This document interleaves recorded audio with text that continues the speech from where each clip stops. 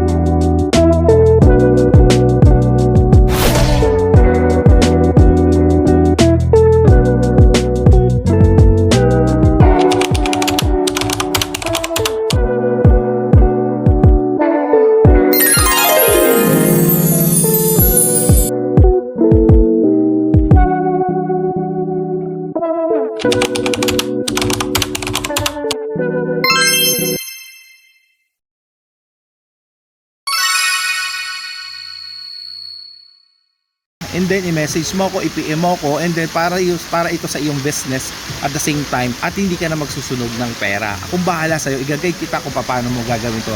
Let's go, let's rock para sa iyong business.